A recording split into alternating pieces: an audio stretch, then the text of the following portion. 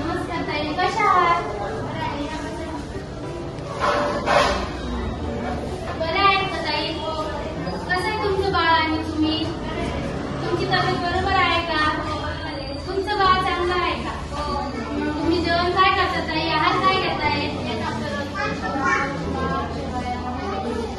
हे नसतं खायचं ताई. आहार म्हणजे कडधान्य, हिरव्या पालेभाज्या, अंडी, तूप हे खायचं असतं. डिलिव्हरी झाली तुमची, तुम्हाला माहित नाहीये का काय खायचं असतं ते?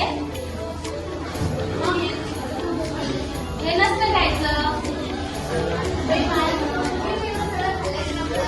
बाळाचं पोट नाही का बघते? सगळ्याच बाळांची आई घेतात ना कडधान्य आहार.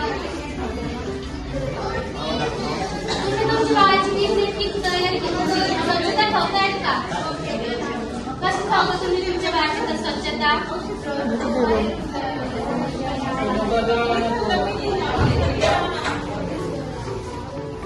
तुम्ही तुमच्या बाळाला खायच्या आधी काही लावत नाही का? हातापायाला काही घेत नाही का? असं नसतं ताई. गावात आलं घरामध्ये आल्यानंतर बाळाला खायच्या आधी हातावरती सॅनिटायझर घ्यायचं आणि नंतर ठेवलं की आपली परत बाहेर जायच्या वेळेस हातपाय धुवायचे, परत बाहेर जायचे आणि नंतर आल्यावरती परत हातपाय धुवूनच बाळाला घ्यायचं असतं. तुम्ही बाळाचे कपडे कुठं घालता? अहो ताई, बाळाचे कपडे घरात नसं घालायचे, बाहेर कडक उन्हाळ्यात घालायचे असतात, जेणेकरून त्या बाळाच्या कपड्यावरचे कीटक आहेत ती नाश होतील त्या उन्हामध्ये.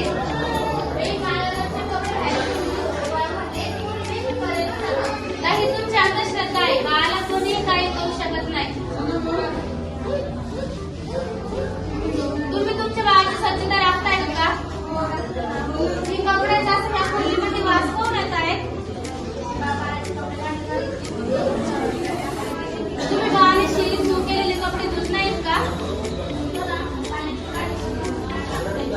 तसं नाही करायचं ताई. बाळाचे कपडे स्वच्छ प्रकारे धुवून कडक उन्हामध्ये जाऊन घालायचे आणि दररोज सकाळी कवळ उन्हामध्ये बाळाला धुवून बसायचं, जेणेकरून त्याला व्हिटॅमिन डी ची कमतरता भासू शकत नाही आणि बाळ हे स्वस्थ राहू शकतं. बाळाला बाहेर नाही लागत ताई नजर, असं हे तुमचं अंधश्रद्धा आहे. बाळाला कधी नजर लागते का? अंधश्रद्धा बाळगू नये ताई. मुलाला आणि त्याच्या आईला रोज आणि नंतर आतमध्ये घेतल्यावरती आईने बी नीटनेटकी स्वच्छता राखावी आणि बाळाने बी स्वच्छता राखावी. चला ताई, येते मग मी. आणि आजपासून बाळाची स्वच्छता चांगली राखा आणि जेवण आहार योग्य प्रकारे घ्या. थँक्यू ताई.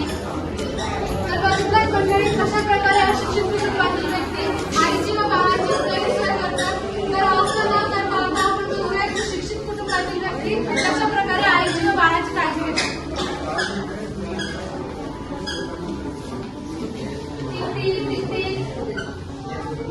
नमस्कार ताई. नमस्कार ताई. या ना. कशा आहात ताई? कसं ताई तुमचं बाळ? तुम्ही आहार काय घेताय? तुम्ही आहार तर योग्य प्रकारे घेताय. तुमची बाळाची तब्येत चांगली आहे का? तुमचं बाळ स्वस्थ दिसतंय. तुमच्या बाळाला तुम्ही रोज सकाळी उन्हामध्ये घेऊन बसता का? तुम्ही बाळाला खायच्या आधी काही हातावरती घेतात का? कसं बाळ घेतात? काय घेता तुम्ही बाळाला घ्यायच्या आधी? आणि बाळाचे कपडे कसे धुता तुम्ही? बाळाचे कपडे धुण्यासाठी काय आणताय? तुम्ही बाळाला लसीकरण योग्य प्रकारे देतायत का? किती दिवस झाले आज बाळाला जन्म देऊन? दिला का तुम्ही काय त्याला? जन्मल्याबरोबर कोणतं डोस दिलेला आहे का? तुम्ही आहार चांगला घेतायत ना? अशाच प्रकारे तुम्ही आहार घ्या आणि तुमच्या बाळाची स्वच्छता पण राखा. तुम्ही तुमचे कपडे बाहेर कुठे घालता? चांगलं आहे, बाहेर जाऊ घालायचे, जेणेकरून त्याच्यावरचे कीटक मरतील आणि त्याचा नाशही होईल आणि बाळाला काही इजाही होणार नाही. चला ताई, येऊ का मग मी? बघितलं बघितलं मंडळी, हा फरक असतो शिक्षणातला. जर तुम्ही शिक्षित असाल तर तुम्हाला योग्य प्रकारे कळतं की बाळाची आणि आईची काळजी कशा प्रकारे घ्यायची.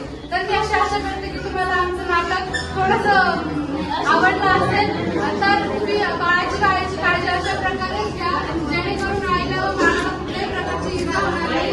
आणि बाळ 6 महिन्यांचं होईपर्यंत बाळाला फक्त स्तनपानच द्यायचं आहे. बाळ 6 महिन्यांचं झाल्यानंतर त्याला वरचा हात चालू करायचा आहे, जसं की टाळीचं पाणी, हाताचे पाणी असं. त्यानंतर बाळाचं पूर्ण लसीकरण केलं पाहिजे, पूर्ण वेळेवर लसीकरण केलं पाहिजे जेणेकरून बाळाला पोलिओ